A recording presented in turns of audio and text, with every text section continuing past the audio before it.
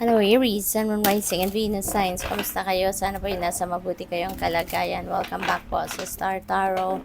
Kung bago kayo rito, welcome din kayo. Thank you for your support. I truly appreciate it. God bless you all. Paunang mensahe ninyo po. No? Ito na yung nagpaiwan and this is for general life. We have temperance. Ayan, so this is about healing.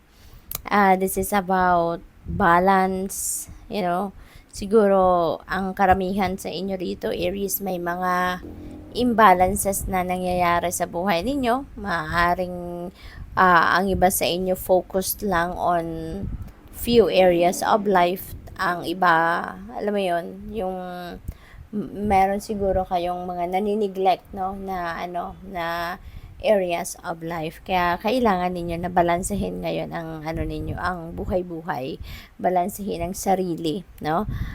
Sa ngayon. So siguro dapat na maisaayos ninyo yung priorities ninyo at yung mga schedule ninyo, 'di ba? For some of you din, Aries, pagdating naman sa healing, no? So siguro meron kayong situations wherein siguro nangangailangan ng healing. Maybe may mga physical ailments, no, ang iba sa inyo na dinaramdam, and maybe sa ngayon makakaramdam na kayo, no, na may healing energy dumating and nag-flow through you, no? Kaya baka merong improvement na yung mga pakiramdam ninyo. Gumagaling na kayo, bumabalik na yung lakas ninyo, yung ganun. Pwede rin na meron ditong, kunyari, emotional troubles din, emotional problems din, no? So, pwede yun, no, na maging maayos na din yan sa ngayon, no? Pwedeng yun din, yung papunta doon sa area na yun, yung healing na pwedeng dumating sa buhay ninyo at this time. So, that is also possible. Or kung ano pa ang sitwasyon ninyo, no, sa buhay na medyo hindi masyadong paborable sa inyo, may iniinda kayo, pinoproblema kayo in whatever area of life. So, pwedeng by this time then, no, baka magkaroon ng healing yan at maging maayos at maging maganda na, no, maging tuwid na, kumbaga, no, yung sitwasyon na yan sa buhay ninyo. For your money, career, and finances naman po, we have Page of Swords. Ayan. So, ang iba siguro sa inyo sa ngayon, mag-aaral, no? Baka you are going to continue to study to prepare for a career path, a career change, no? Baka meron kayong bagong career path na gustong tahakin, kaya gusto ninyo mag-aral, gusto ninyo mag-train ng sarili ninyo na link doon sa kung ano man ang bagong karera na gusto ninyong tahakin, no? Possible din na ang iba sa inyo rito is going to send yourselves, no, para sa mga training workshops, or baka related din ito sa trabaho or career ninyo, no? Baka ipapadala kayo ng inyong opisina, ng inyong employer sa mga seminars or mga training workshops, no, para na madagdagan, no, yung kaalaman ninyo regarding or related doon sa kung ano man ang ginagawa ninyo sa trabaho. So, possible din ang ganap dyan. Pagdating sa finances, baka kayo nagre-research kayo, baka nag-aaral kayo, no, pagdating sa pagmamanage ng inyong pera, pagbabudget, or baka, baka inaaral din ninyo yung pag-accounting, 'di ba? Sa mga kayamanan, sa mga kaperahan ninyo. So that is also possible. Pagdating naman sa inyong relationships, we have Knight of Wands. Ayan. So there is fire, no?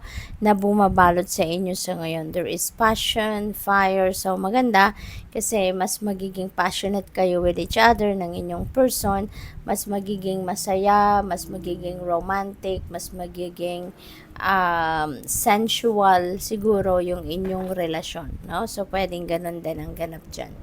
Doon sa mga wala pang karelasyon, wala pang love life, baka this time magkaroon kayo ng relasyon na, or baka papasok na kayo sa isang bagong relationship. na relationship na fiery, relationship na exciting.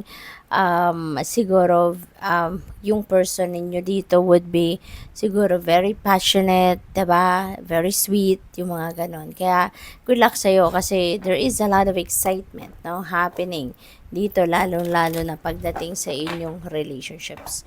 So, tignan natin kung ano ang final message ninyo, Aries.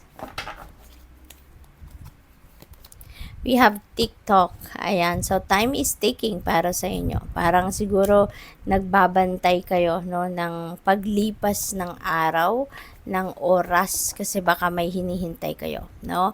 Pwedeng ang hinihintay ninyo dito pag come to fruition na kung ano man ang inyong mga ginagawa, or baka naghihintay kayo ng baka merong ine-expect kayo na dadating around this time, no? Pwedeng ganon, for whatever reason. Or feeling ko dito, ang iba sa inyo baka merong deadline, no, na hinahabol, or meron kayong deadline or timeline, kumbaga, na sinat para sa sarili ninyo na kailangan ninyong ma-meet, no? So, pwedeng ganon ang ganap dito for some of you.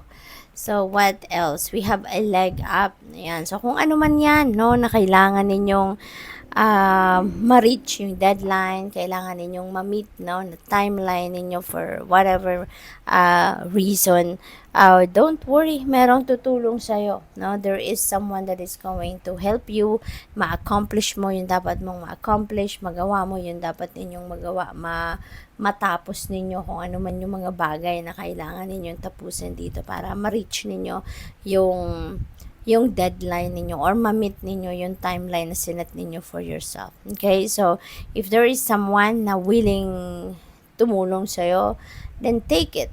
'Di ba? Wag na kayong magdalawang isip, wag na kayong mahiya.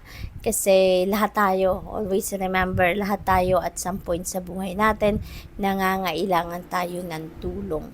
Okay? Or mangangailangan tayo ng tulong from someone.